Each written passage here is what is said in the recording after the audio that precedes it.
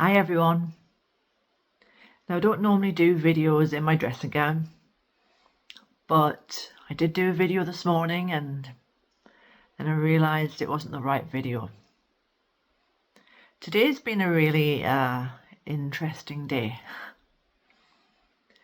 My video this morning was all about waking up with sadness and how grief can feel like depression at times, and you think you've gone maybe 1 or 2 years and that the grief should be gone.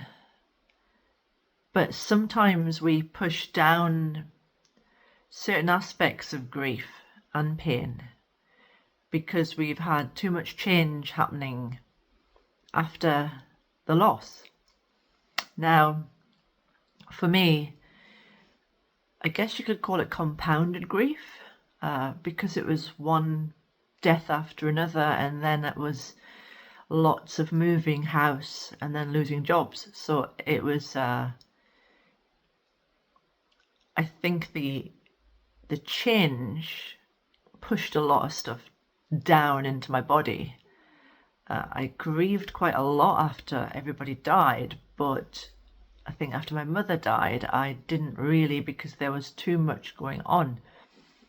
Recently I had something called fascia release by a really good healer and massage therapist in Newcastle called Jackie. She runs something called Reiki rooms. Now, I had a purge at the time. It doesn't always happen to everybody, but it happened to me, and I had vomiting and diarrhea. It was a big energy release, lots of toxins coming out. Now, ever since my friend died, Paul, and then Michael, and then my mother, I've been waking up sad every morning, and it's not always conscious. In fact, most of it's unconscious. I can go to bed fine, go to sleep, and I wake up sad, and there's no conscious reason to think of that would be causing that. And this past week I've been wondering about it and asking about it and wondering why it is I'm sad, what is the sadness? And then I'm finally accepting that it is grief still. Now, my menstrual cycle came this week in time with the super full moon, which has made me extra emotional and teary and sensitive. And today I went out with my partner. I had a few triggers in myself come up, and he came back to mine, and he did something that I needed, and it was literally he just hugged me. And it was the warmth of his body and the love in his heart holding the space that allowed this crying just to begin. And I knew it was grief, and I realized that what happened was when I had the fascia release, I cleared a lot of energy that was pushing down the grief. So once all of that was purged out of me, the grief that hadn't been allowed to come up is now coming up. And Paul, my partner, he is just loving me, and he's helping me feel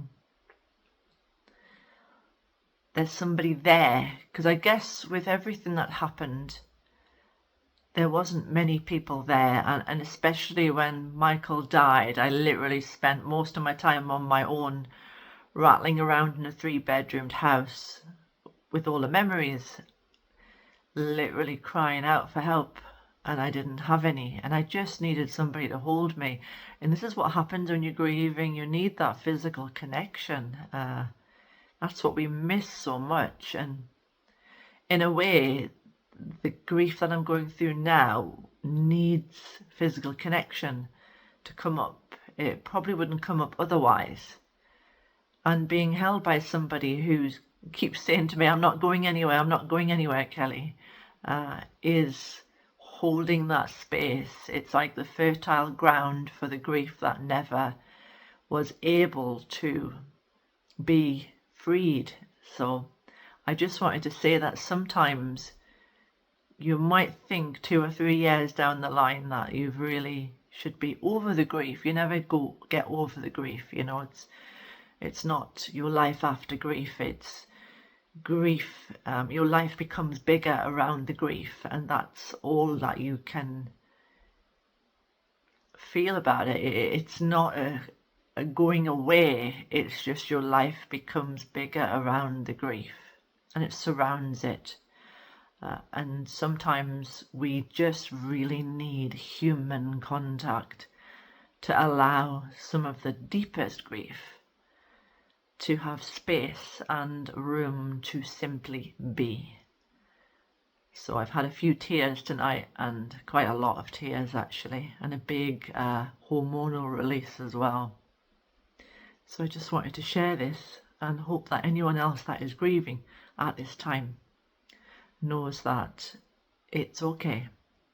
It's okay if the sadness is still there. It doesn't mean that you're broken or wrong or not grieving correctly, or you haven't healed enough, or you haven't felt enough. It just means there's still grief there and it's being processed, and maybe it's being processed as you sleep, because that's the only space where you have rest and your mind is rested and your body is resting, and in time your life will become bigger around that grief. And I wish you all my love on this. I think it's World Mental Health Day today, for anyone that's in a dark space due to grief. Take care, everyone. See you soon.